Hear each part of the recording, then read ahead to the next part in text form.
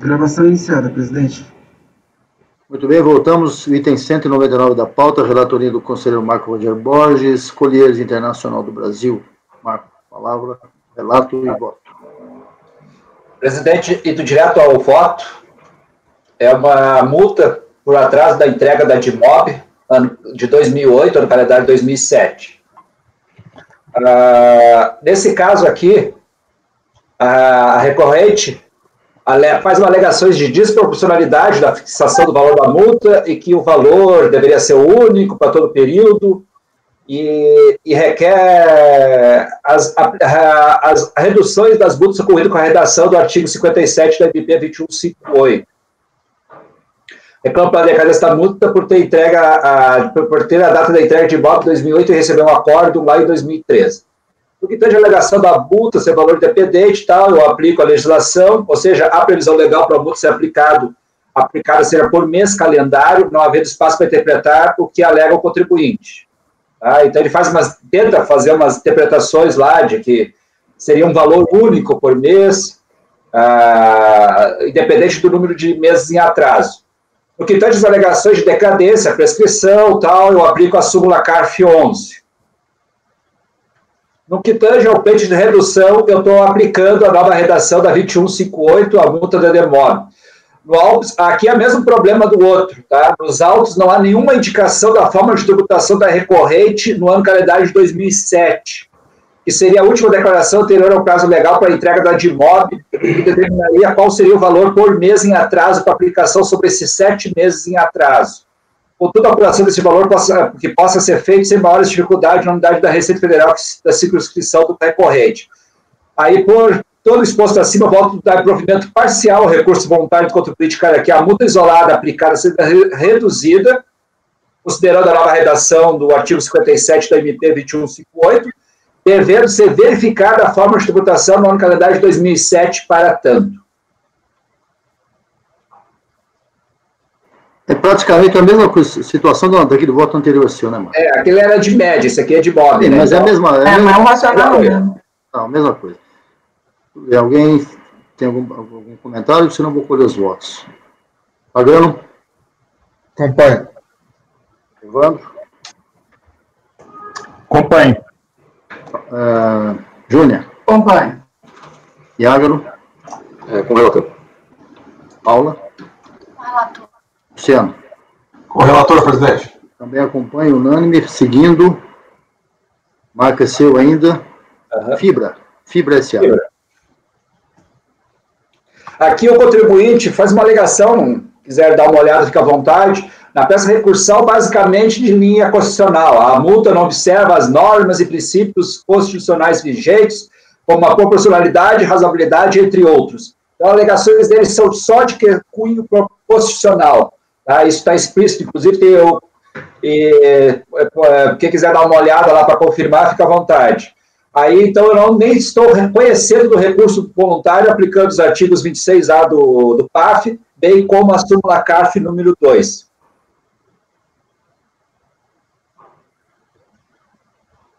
Quem quiser olhar... Eu estou com ela aberta aqui também, fica à vontade. Você não está conhecendo, Marco? Não. É que aqui é categórico pagando, que ele traz aqui, eu tô com depois da exposição de motivos dos fatos, aqui na recurso voluntário, ele alega que a multa é inconstitucional. Então, alegações dele são de constitucionalidade, aí depois ele traz o princípio da razoabilidade, proporcionalidade, tudo, e aí, então, é uma questão de constitucionalidade que ele alega, mas mesmo assim o artigo 26A do PAF também, né, eu não posso adentrar nesse tipo de mérito de discussão. Não, sim, mas você não vai conhecer o recurso inteiro, né? Exato. É porque esse é o único argumento, não é isso?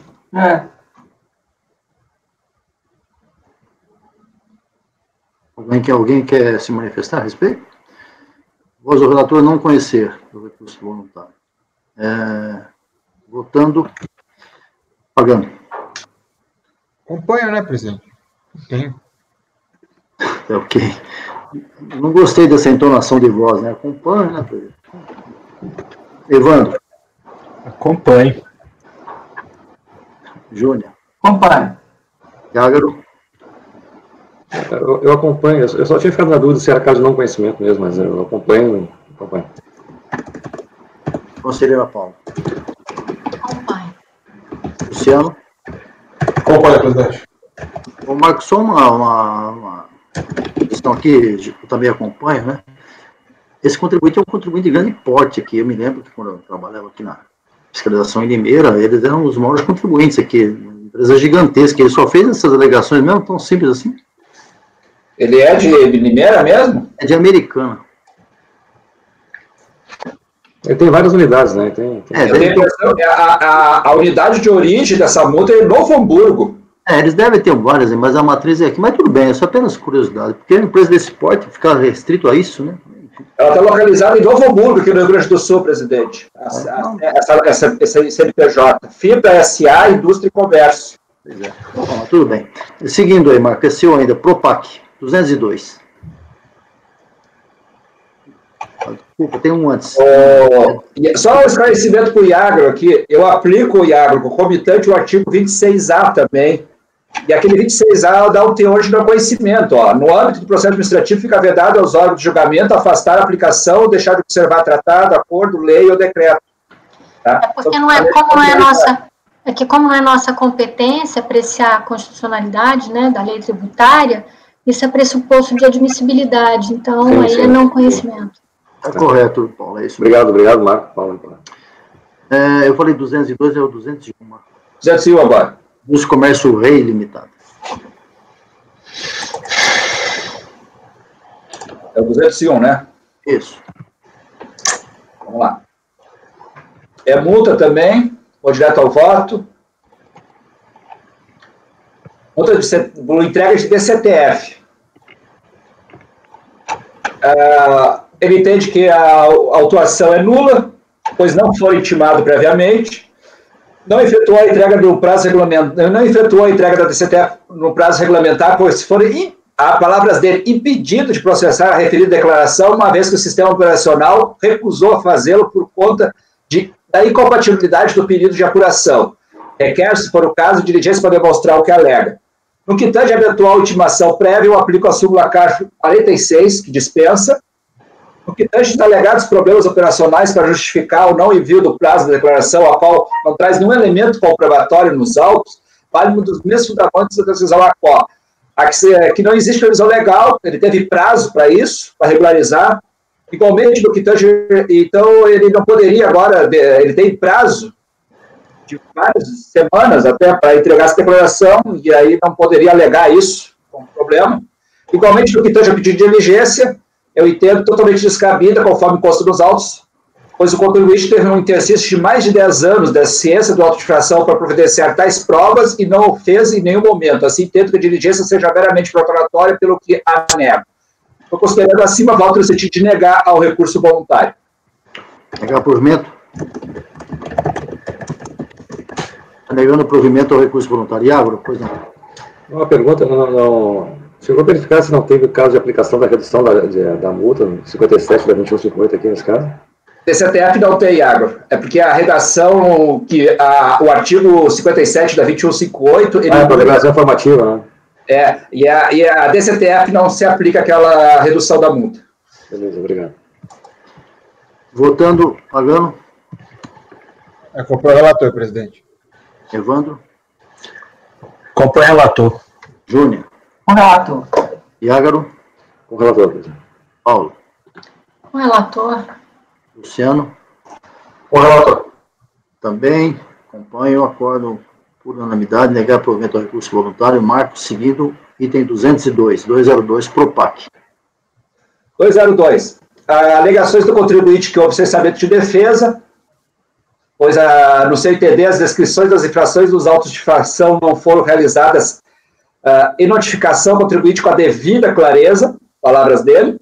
Subsidiariamente, tece várias considerações de cunho constitucional, da inobservância dos princípios da razoabilidade e da proporcionalidade da multa aplicada, pois a lei, ao falar no mínimo de 2% e no máximo de 20%, caberia a aplicação de 2% ao seu caso. No que tange a alegações de cessamento de defesa da reputação fiscal, por entender que não foi devidamente clara, entendo que não procede. Em análise ao auto de fração, foi 17, modelo comum para todos os casos similares, a todos os elementos necessários, tanto da legislação quanto para sua compreensão. Inclusive, é um quadro 5, descrição dos fatos e fundamentação legal, que detalha a imputação de forma bem clara. Rejeita essa nulidade. No que tange a base de cálculo e respectivo cálculo para aplicação da multa, de atraso da entrega da CTF, sua previsão legal encontra-se no artigo 7º da MP 16, aí eu Iago, convertido na Lei 10.426 de 2002, que tem a seguinte redação. Aí, então, essas declarações todas têm uma multa de 2% a 20%, tá? Limitada a 20%. Assim, conforme consta do auto de fração, o prazo de entrega da CTF em discussão dos autos foi 6 de 10 de 2006. E a entrega ocorreu só em 20 de 2 de 2008. Houve a devida imputação legal para o cálculo do valor, que limita em 20% o montante da multa ao total dos débitos declarados. Assim, totalmente improcedente o pedido de ser cobrado só 2%, a mera aplicação do texto legal. No que tange a várias outras abordagens, de cunho constitucional, eu não conheço, então eu estou conhecendo parcialmente, na parte conhecida, negar provimento ao recurso. Pagando. Sim? Com o relator, presidente. Evandro. Com o relator. Júnior. Com o relator. Iágaro. Com o relator, presidente. Paula. Com o relator. Luciano. Acompanho. Também, então, o Marco conhecer parcialmente o recurso, é isso? Isso. Conhecer parcialmente, por inconstitucionalidade, nas outras matérias, e na parte conhecida, negar provimento. Perfeito. Item 203 é seu também, Instituto de Previdência do município de Curitiba. Essa é uma DIF, tá? Uma multa por DIF. Como já relatado, deixa eu me lembrar aqui, como relatado, o presente processo versa sobre a atuação de multa isolada decorrente atrás da entrega da DIF, ano calendário 2008, DIF 2009. O centro da defesa do contribuinte é que se tentar entregar essa DIF em 19 de 2 de 2009, cujo prazo limite seria 28 de 2 de 2009, e esta foi rejeitada, tendo ocorrido a entrega válida apenas em 31 de março. Aqui tem um caso um pouquinho mais sutil. Aqui ele disse que teve problemas operacionais para entregar. A declaração foi... Eu acho melhor ler o voto aqui, presidente, tá? Pode ler. Tá, eu não me lembro de detalhes aqui, mas ela teve um problema de rejeição. A decisão ACO explora na devida profundidade os eventos fáticos nos seguintes termos. Eu vou tomar a liberdade de ler, é coisa curta. Compulsando os autos, verifica-se que a impugnante junta a cópia do recibo da declaração entregue em 19 de 2, a princípio no prazo, onde consta a ressalva de que a referida declaração está sujeita à rejeição, devendo então o declarante verificar, a partir de 26 de 2, o resultado do processamento. A impugnante alega que somente em 31 de 3 de 2009 tentou verificar o processamento, mas, no entanto, não conseguiu confirmar se foi recebida ou recusada. E, por precaução, retransmitiu a declaração. Consultando, então, os sistemas computadorizados da Receita Federal, por enquanto são palavras do DRJ, constata-se que a transmissão original da declaração de DIF, 19 de 2, foi rejeitada pela ocorrência de declaração gerada em versão desatualizada do programa. Consta ainda a recusa das posteriores remessas pela declarante, as quais ocorreram a partir de 11 de março de 2009. Ou seja, portanto, após a data limite de 28 de fevereiro, até culminar na efetiva entrega em 31 de março, conforme o quadro abaixo. São palavras, tem uma tabela lá de todas as tentativas de entrega do contribuinte que foram rejeitadas, tá? Até ele conseguir entregar. Após a decisão, há uma análise de toda a legislação aplicável.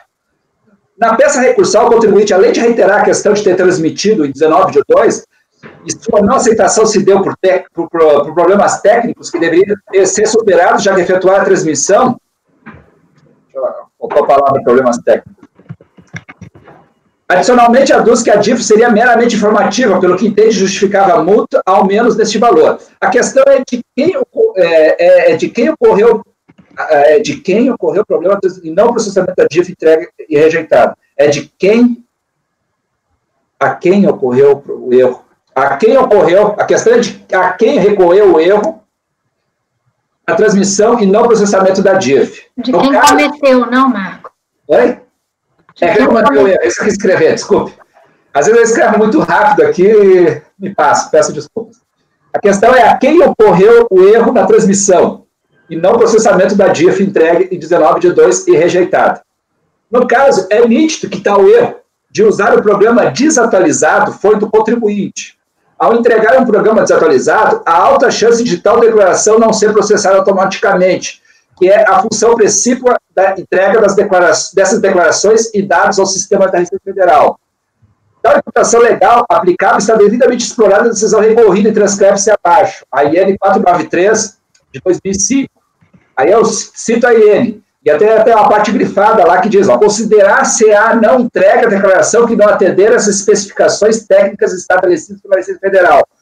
Aqui, então, assim entendo que procede as alegações nesse sentido de entregar a DIRF em 19/2 de 2009. Aqui, no que tange as demais alegações, aproveitando os fundamentos do excerto do acórdão da Carmen, em outra sessão, que assim discorre, no que se refere à possibilidade jurídica de aplicabilidade e tal, aqui acho que é só questão de se a multa é aplicável ou não. Então, na realidade, assim, aqui eu estou aplicando, ela faz toda uma construção aqui que da obrigatoriedade da DIRF. Então, na realidade, aqui só explicar as minhas palavras rapidamente, para quem... O contribuinte transmitiu realmente 19/2, só que ele usou o PGD errado. E ele só corrigiu isso no final de março.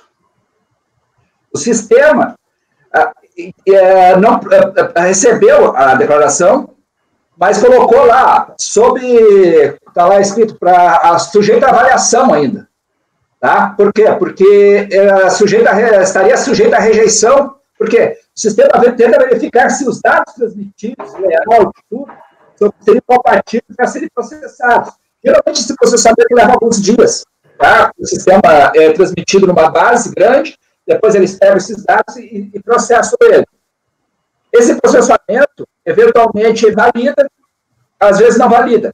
Nesse caso, como o contribuinte usou um PGD desatualizado, o sistema não processou as informações e mandou devolver a informação para ele em 26 de fevereiro, rejeitando, olha, não foi válido. Só que ele foi consultar isso só em 11 de março. Aí, então, ele ficou tentando transmitir e sempre com um PGD desatualizado. E aí só conseguiu transmitir com o PGD correto em 31 de março, que foi validado o processamento. Então, é uma situação um pouco sui generis, mas a IN é muito clara, que nem eu citei aqui, né, que a IN 493 fala aqui no final, no artigo 7º,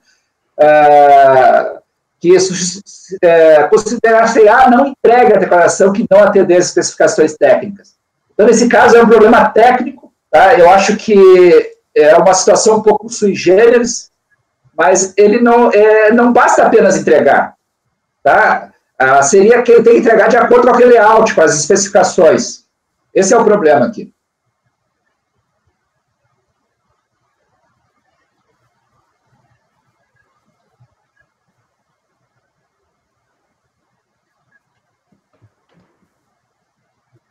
Esse é aqueles casos que a gente fica com pesar no coração, porque você vê que ele tentou entregar várias vezes, coitado. Mas aí... Iagro falando. Mas bom, Iagro. Acho que aí a gente já pode falar já na votação. Eu divido, porque nesse caso, como é multa, aí eu acho que, embora exista essa questão de você, ele efetivamente, a ação ele fez, obviamente não fez pelo instrumento correto, né? E aí, embora que quase não exista, aqui sim é o caso, na minha opinião, a aplicação do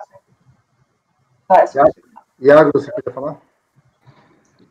Na verdade, Eugênia, aqui é o comportamento culposo, tá? Essa declaração, ela é responsável por deixar ou não deixar os 30 milhões de pessoas que declaram declaração em chegando pessoa física.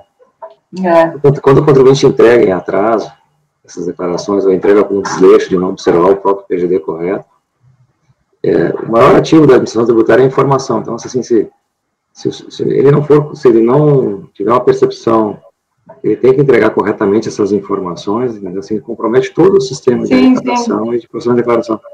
Então, assim, embora eu entendo o que tu está dizendo, que a Paula falou também, assim, ele entregou assim, A multa não é para punir uma questão dolosa, mas sim uma questão culposa por não ter a diligência necessária em prestar um dever instrumental tão relevante para a administração tributária. Né? Então, eu acompanho, eu vou antecipar meu voto, o presidente já acompanhando o relator.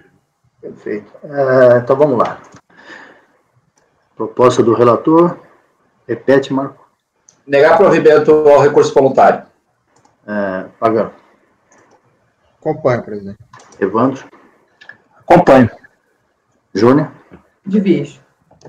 Do provimento. Perfeito. Viagro. Com o relator. Paula. Eu também. Eu tenho um pesar, mas, infelizmente, eu tenho que acompanhar o relator. Luciano. Acompanho, presidente. Então, por maioria de votos, vencida a conselheira Júnior, negado o provimento.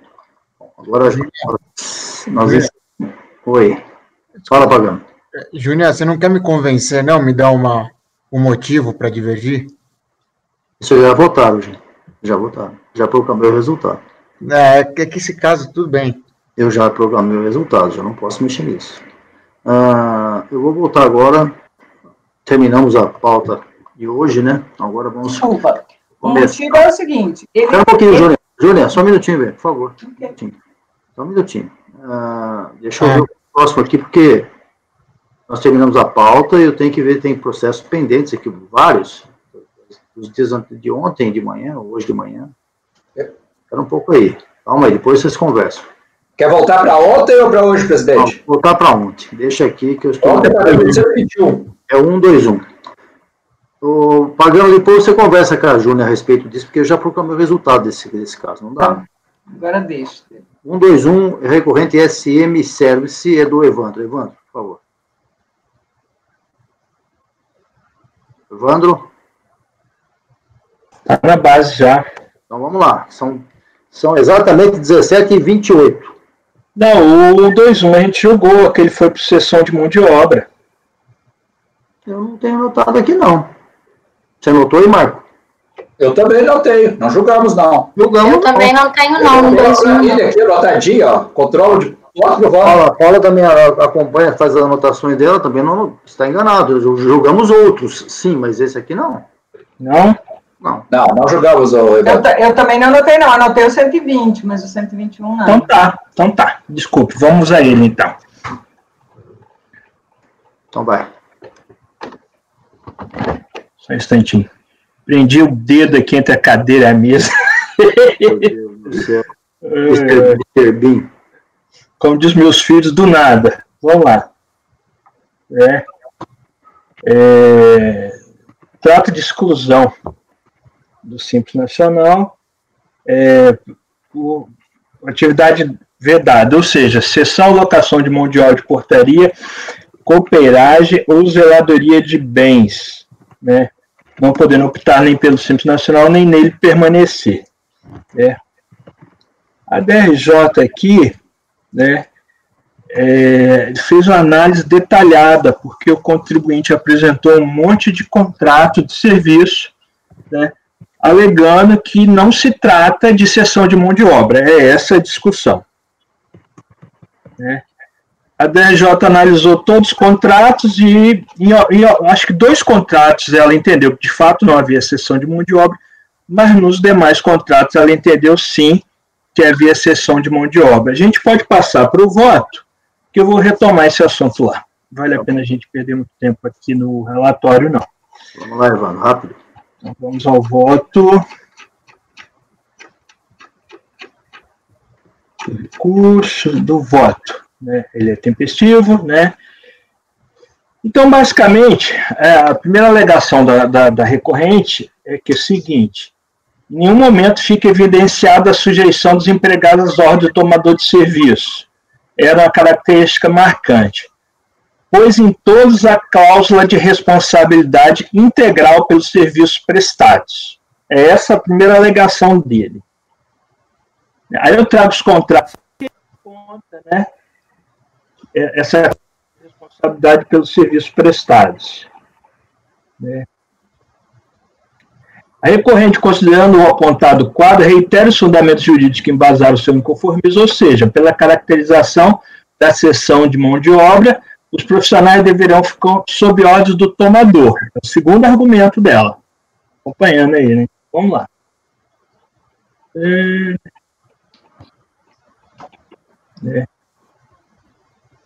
Então, por fim, ela reitera que, no seu entendimento, não sendo o caso nem de cessão de mão de obra, nem de atividade vedada, né, não há sustentação para a decisão de exclusão do regime do Simples Nacional. Né. Aí vamos lá, minha parte aqui.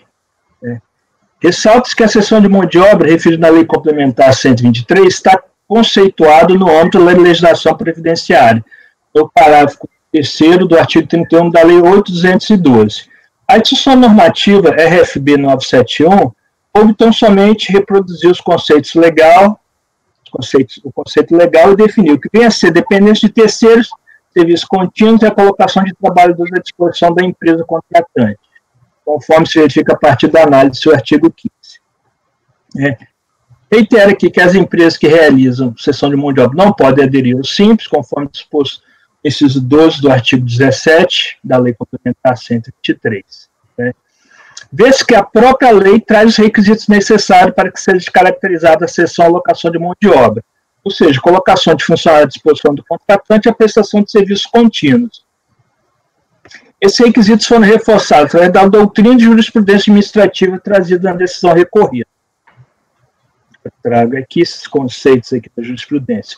Na decisão recorrida, conclui-se que a prestação de serviço com cessão de mão de obra é objeto nos seguintes contratos. Então, esses 4 contratos ele fez análise, depois eu repliquei essa análise. Observe que a análise concluiu que apenas os contratos de serviço 5/2014, 487/2014 e 51/2013 não envolvia a cessão de mão de obra. Ao contrário do que alega a recorrente, foi realizada a análise individual e detalhada dos referidos contratos de prestação de serviço. Eu não vou relatar toda essa análise, né, ela se encontra lá, mas eu vou só chamar a atenção aqui para os termos do contrato. Né? Aqui, disponibilizar empregado, fornecer empregado, fornecer mão de obra, disponibilizar empregados. Outra cláusula aqui que eu chamo a atenção. Instruir seus empregados quanto à necessidade de acatar as orientações do contratante. Né? Aí continua aqui, faz todos os contratos, né, que novamente faz toda essa análise aqui, instruir seus empregados quanto à análise de acatar as orientações. Então eu vou lá para a síntese que eu fiz lá embaixo, depois do contrato. A recorrente, por sua vez, insiste, considerando os contratos colididos, em nenhum momento fica evidenciado que a sujeição dos empregados às ordens do tomador de serviço era uma característica marcante, pois em todos a cláusula de responsabilidade integral pelos serviços prestados. Entende-se que a cláusula de responsabilidade integral do serviço prestado não desnatura os contratos de prestação de serviço por prestação de mão de obras, estando presentes as demais características daquela modalidade de prestação de serviço. A cláusula de responsabilidade pode estar contida tanto na contrato de prestação de serviço com ou sem cessão de mão de obra, pois trata-se de definir responsabilidade civil da prestadora de serviço por danos causados a terceiros. A recorrente reitera os fundamentos jurídicos que embasaram o seu inconformismo, ou seja, para a caracterização de cessão de mão de obra, os profissionais deverão ficar sob ordens do tomador. Argumento que essa não é a característica marcante dos contratos de prestação de serviço sob análise.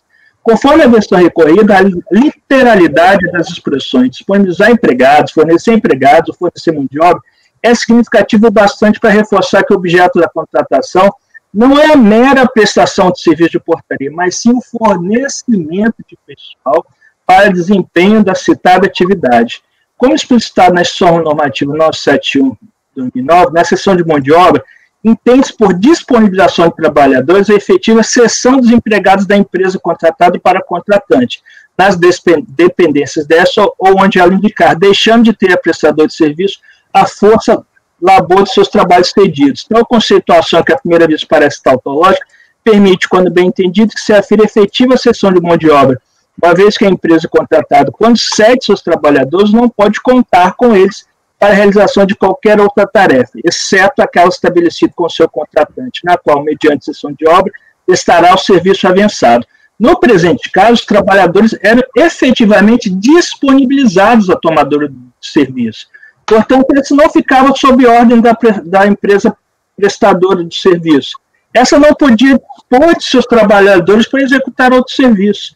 Conclui-se que, estando os trabalhadores disponíveis ou cedidos, esses ficam sob ordem da tomadora de serviço, havendo inclusive cláusula para que a contratada instruísse seus empregados para acatarem as ordens do contratante.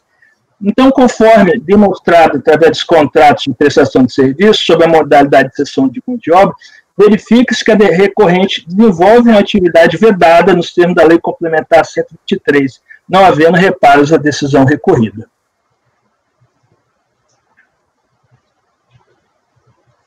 Finalizou? Finalizado. Estou negando provimento ao recurso voluntário. Eu posso dar um exemplo bem claro. Cessão da mão de obra, prestação de serviço com cessão de mão de obra. Né? Vamos supor que o Sicone precisa fazer um reparo elétrico lá. Instalar 10 tomadas. O Sicone tem um voto para fazer amanhã do mesmo caso, que você faz esse voto para mim que é mais fácil. Então. Rapidinho. Então ele vai contratar o eletricista, ele vai lá e ele vai dizer, olha, instalação de 10 tomadas, é o preço de tanto tomado cada um, tantos reais. Aí vamos supor lá que o Marco lá faz um churrasco lá com o Iago e outros amigos, e todos eles descobrem que tem serviço elétrico, variados. Aí o que eles resolvem? Não, vão contratar uma mão de obra por uma semana ou por 30 dias, e o Marco vai orientar eles aqui quanto o que cada um tem que fazer. Então, nesse caso, não está se contratando um serviço específico, está se contratando uma mão de obra que vai ficar cedida, alocada, né, fora das instalações da prestadora de serviço, né, em que o contratante vai orientar sobre os serviços que ela deve executar. É bem tênue, mas depois é muito tênue. Mas eu acho que depois de ler tudo isso, ler esses contratos aqui, eu consigo diferenciar. Eu acho que com ou sem exceção de mão de obra. O grande mote aí realmente é olhar o contrato caso a caso, porque essa colocação, a mão de obra está lá, não está. Mas Sicone, alguns serviços, eu até discordo um pouquinho do julgamento de ministrança, todas as decisões da COSIT, sejam divergência, é que esses serviços aqui só são prestados por sessão de mão de obra. Do jeito que a COSIT faz a coisa, não tem outra situação, só tem essa. Mas eu acho assim, pode até haver exceções, que um serviço de portaria não é prestado via cessão de mão de obra, mas é muito difícil, porque mas é o contrato que vai dizer, embora o contrato muitas vezes diga uma coisa e a realidade lá é outra, mas fala, Paula. Eu sempre me pauto nesses casos, né, no parágrafo 3º do artigo 31 da Lei 8.212, de 91, que aí ela estabelece os requisitos para se identificar a cessão de mão de obra. Primeiro, que os empregados sejam colocados à disposição do contratante. Segundo, que a execução do trabalho seja feita nas dependências do contratante ou em local designado por ele. Terceiro, que os serviços sejam contínuos, né? E aí, nesse caso específico, quando a gente vai ler os contratos que eu estava vendo aqui, tem dois outros elementos que, no meu entendimento, né, podem caracterizar a cessão de mão de obra. A primeira é que a prestação desse serviço, ela não é assim, um serviço de secretaria, um serviço de portaria, não. Ele oferece portaria, limpeza. Então, aí já vê que não há um serviço específico de contrato de prestação de serviço, né? Mas ele está realmente cedendo mão de obra.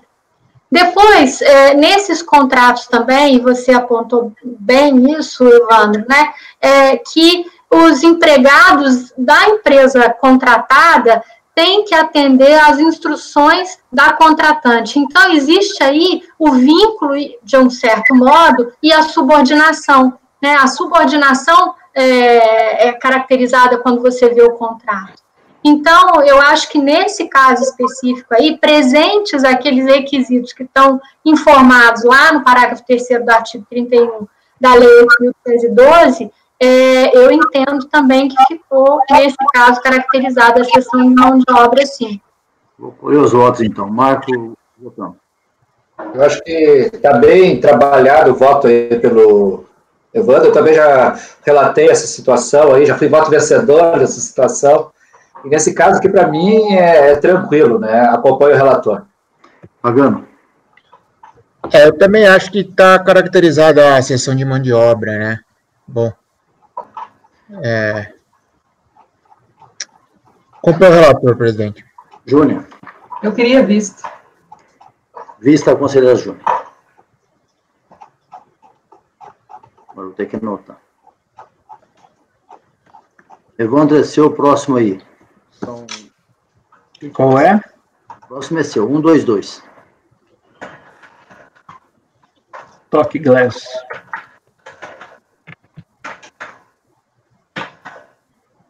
Pode disponibilizar aí o voto. Exclusão do Simples Nacional por débitos em cobrança, né? A manifestação foi julgada improcedente, que entendeu que havia débitos, coisibilidade não estava suspensa. Vamos ao voto? Sim, vamos ao voto. Tempestivo. Preliminares. Primeiro, ela alega que o pagamento de débitos como condição para permanência no regime simples nacional viola princípios e garantias constitucionais, dentre eles o da ordem econômica. Eu falo aqui que o CAF, a recorrente, foi excluído do regime simples nacional, tá? Já falei isso aqui. Ressalto que o CAF meramente não é competente para pronunciar sobre alegações de inconstitucionalidade, o inciso 5 do artigo 17 da lei complementar, conforme a súmula 2. Né? Rejeite-se alegações de discriminação no tratamento entre os contribuintes, pois verifica que não havia previsão legal na lei complementar para que os débitos do Simples Nacional fossem parcelados até 31 de dezembro de 2011.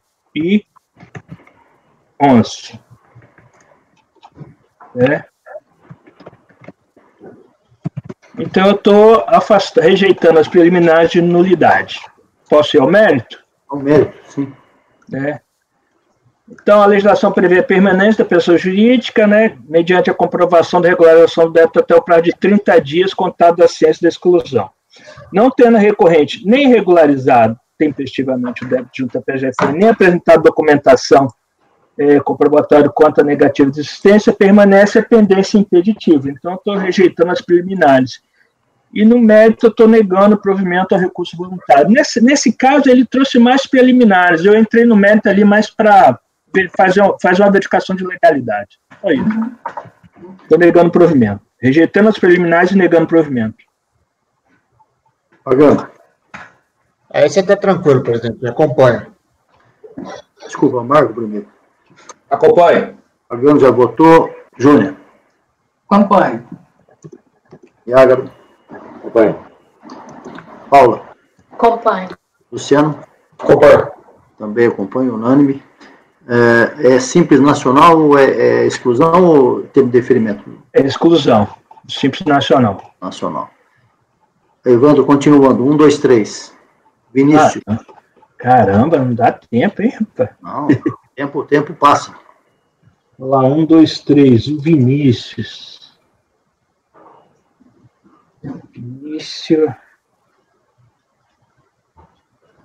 Vamos lá, o Vinícius.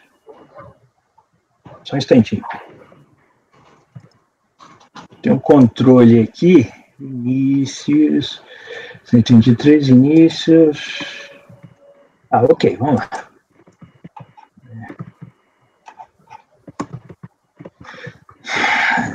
Essa aqui é a manifestação de conformidade intempestiva, né? A primeira turma da TRJ não conheceu da manifestação de conformidade por intempestividade. Aí eu vou ao voto, né? Recurso voluntário é tempestivo e atende demais requisitos. A recorrente afirma que teve conhecimento do ato declaratório de exclusão do regime do Simples Nacional no mês de janeiro de 2015. Né? É porque ela alega que foi recebido pela mãe e a mãe levou algum tempo para entregar a correspondência aí. Né? Verifique o contribuinte fiscal do regime do Simples Nacional com efeitos a partir de janeiro de 2015, conforme ato declaratório reproduzido a seguir. Né? A ciência refere a deu-se através de aviso de recebimento de 22 de setembro de 2014.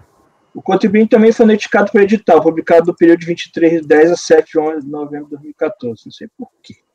No presente caso, havendo 2 atos de ciência, utilizou-se da hipótese mais favorável ao contribuinte, ou seja, o prazo para apresentação da manifestação de conformidade começou a fluir a 10 de novembro de 2014. Seu termo se deu em 9 de dezembro de 2014. constata que a manifestação de conformidade foi apresentada somente em 13 de fevereiro de 2015, configurando, portanto, sua intempestividade. A justificativa apresentada pelo recorrente que tomou conhecimento da DEA quando foi informada pelo escritório da emissão do DARF em janeiro de 2015 não altera o fato que foi regularmente cientificado sua exclusão em 2 oportunidades e, mesmo assim, apresentou a manifestação após o prazo legal. Esclarece que a decisão qual não conheceu da manifestação, pois essa foi apresentada fora do prazo legal, ou seja, é intempestivo conforme disposto no artigo 500 do Decreto 70235, que estabelece o prazo de 30 dias para apresentação de discordância no âmbito do processo administrativo fiscal. Ante todo exposto, voto-se de negar provimento ao recurso voluntário. Evandro, eu acho que só tem um errinho aí, que você colocou que o término do prazo terminou em dezembro de 2015, ele terminou em dezembro de 2014. Ah, obrigado, Paula. Tá? Aí na... O recurso voluntário só trata da tempestividade, ou Evandro? Só. Tá. Posso o relator negar provimento. Marco. Acompanhe. Pagano. Acompanha, presidente. Júnior. Acompanho. Iagro. Acompanha. Paula. Acompanho. Luciano. Acompanha, presidente. Também acompanha, unânime, negado provimento. Item 124, 124, relatoria da conselheira Júnior.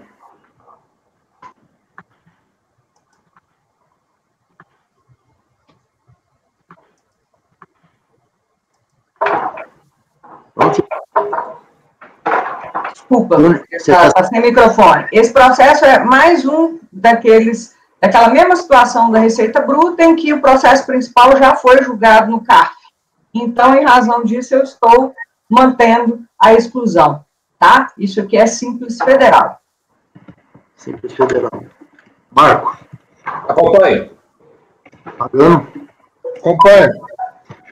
Evandro. Acompanho. Iagro. Acompanha. Paula. Acompanho. Luciano. Acompanha, presidente. Também unânime. É simples nacional, Júnior? É, federal. Federal, exclusão ou... Exclusão, né? Peraí. Eu já até fechei aqui. Só um minutinho.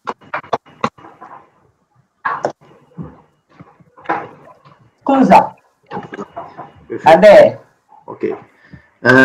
Item 125, sua relatoria, Adriano Antoniazzi.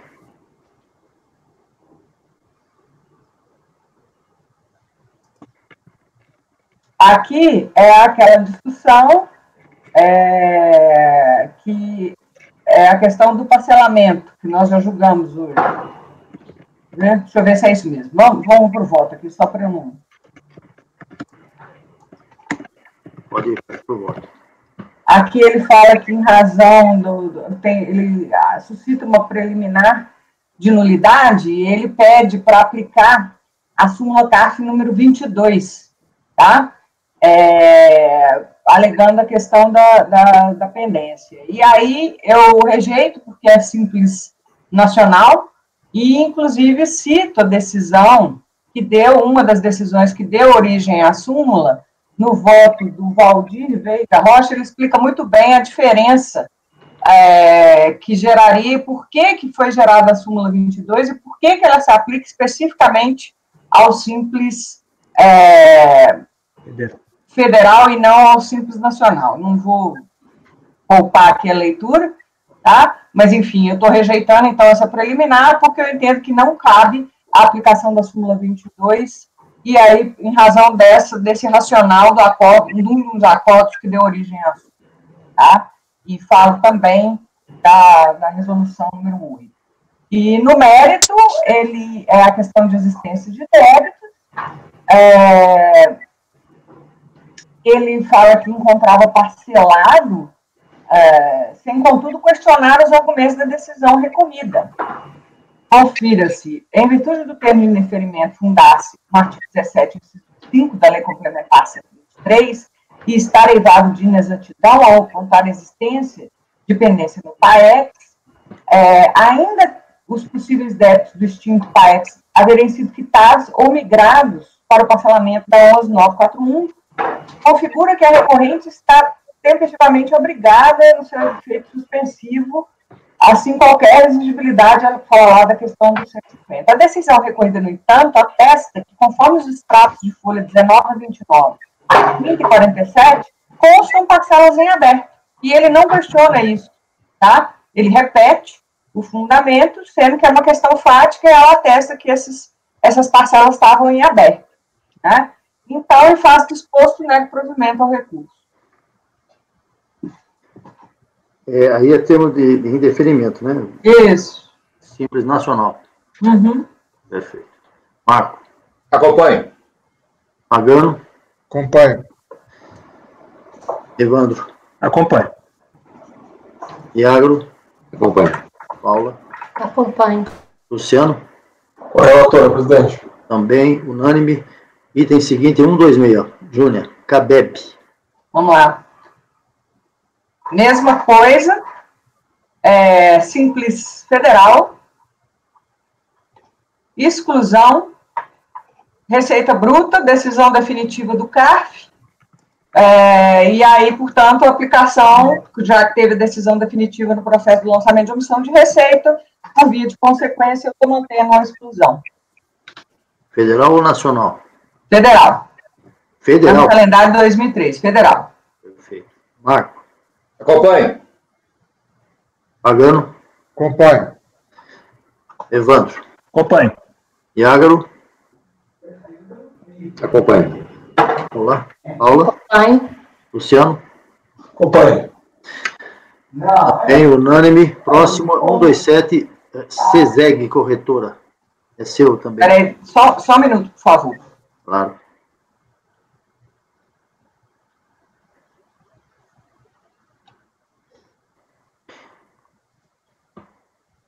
Desculpa, porque... Vamos ver aqui, CESEG. 126. Desculpa, 127. Podemos ir para o voto, porque eu não lembro de cabeça, mas vamos lá. Exclusão por existência de débito. Ocorrência de qualquer das situações impõe a obrigatoriedade de efetuar a comunicação fazenda. Ausente a comunicação, ficará a exclusão de ofício. Conforme se verifica pela análise dos autos, o ADR, de 9 de setembro de 2016, o qual, em seu anexo único, lista os débitos já descritos no relatório da presente decisão. Em sua manifestação, a recorrente se limita a afirmar que os débitos inscritos em dívida ativa da Procuradoria da Fazenda estavam com a exigibilidade suspensa, pois estavam no refis. Todavia, foi surpreendido com a sua exclusão do programa sem que houvesse qualquer notificação ou cientificação, não oportunizando o direito constitucional de ampla defesa. O motivo da exclusão se deu com base no parecer PGFN 1206 de 2013, que dispõe que o pagamento de parcelas irrisórias configura inadimplência. Não se conformando, ingressou com mandado de segurança perante o Tribunal Regional Federal da Terceira Região. Tal alegação, no entanto, foi rejeitada pela decisão recorrida, uma vez que, ao consultar informações sobre o referido mandado de segurança, observou que não tinha sido proferida qualquer decisão favorável ao contribuinte, não se encontrando os mencionados débitos, portanto, sua exigibilidade suspensa. Em fase recursal, a contribuinte alega que incluiu os mencionados débitos no PERT e, sendo assim, estariam com a exigibilidade suspensa, junto às folhas 58, tela da PGFN, a qual consta o indeferimento do parcelamento em 3 de 10 de 2017. Verifica-se, portanto, que o parcelamento efetuado não altera a situação, não altera a decisão recorrida, uma vez que na data da emissão do ADE, 9 de 9 de 2016, a recorrente possuía débitos em aberto, cuja exigibilidade não estava suspensa. O eventual parcelamento dos mencionados débitos permitirá que a recorrente possa pleitear sua reinclusão no sistema, mas não altera a situação existente quando da emissão do ADE. Ao em face do exposto, eu nego o provimento. A questão é a seguinte, ele alega que depois ele reparcelou o débito que ele tinha sido excluído do anterior parcelamento, mas no momento em que foi emitido o ADE, efetivamente, ele estaria com o débito em aberto. Então, fala, ok, você regularizou e a partir de então, ou seja, a partir de 9 de 9 de 2016, você pode pedir a reinclusão, né? Se tiver os outros requisitos. Sim, a exclusão do Simples Nacional, Júnior. Isso. Marco Rogério. Acompanha. Pagano. Acompanha. Vai divergir ou não? Ele não fez o parcelamento depois, né? Fez. Muito tempo depois, mas pela sua tese aí... Ah, então eu divirjo. Estou mais ligado na sua tese do que você, hein, cara? É. Eu não tinha entendido, eu achei que ele não tinha conseguido fazer... Não, ele fez. Ele foi excluído de um parcelamento e bem depois dos 30 dias do ADE, ele foi lá e parcelou de novo. Mas, Júnior, foi exclusão, né? Não foi pedido. Foi exclusão. Bom, continuando. Pagano já votou, divergiu. Evandro. Com a relatora. Júnior não. Iagro. Com a relatora. Paula. Com a relatora. Luciano. Com a relatora, presidente. Também, e por maioria de votos, então, negado o provimento e mantida a exclusão do Simples Nacional. Faltam 3 minutos. Júnior, esse processo 128 é na mesma linha ou é mais complexo? Deixa eu olhar, acho que é mesmo mais simples ainda, viu? Simples Nacional. Nacional. A mesma questão da Receita Bruta. Decisão definitiva do CAF quanto ao processo de omissão de receita. Consequentemente, eu estou mantendo a exclusão dos Simples. É exclusão. Isso. Então tá. Marco. Acompanha. Pagano. Acompanha. Evandro. Acompanha. Iagro. Acompanha. Paula. Acompanhe. Luciano. Acompanha. Também acompanho, então, por unanimidade de votos, negado o provimento, e encerramos por aqui a nossa sessão de hoje. Vencemos a pauta por uma boa parte, ainda sobrou para amanhã, mas vamos tentar fazer um trabalho a partir de 8h40, 8h30, 8h45, tá bom, pessoal? 8h30? 8h30, para começar 8h40, até dar tempo de... Ok. Agradeço a todos, agradeço o Marco Antônio lá em Brasília, e estamos encerrando a sessão. Marco Antônio.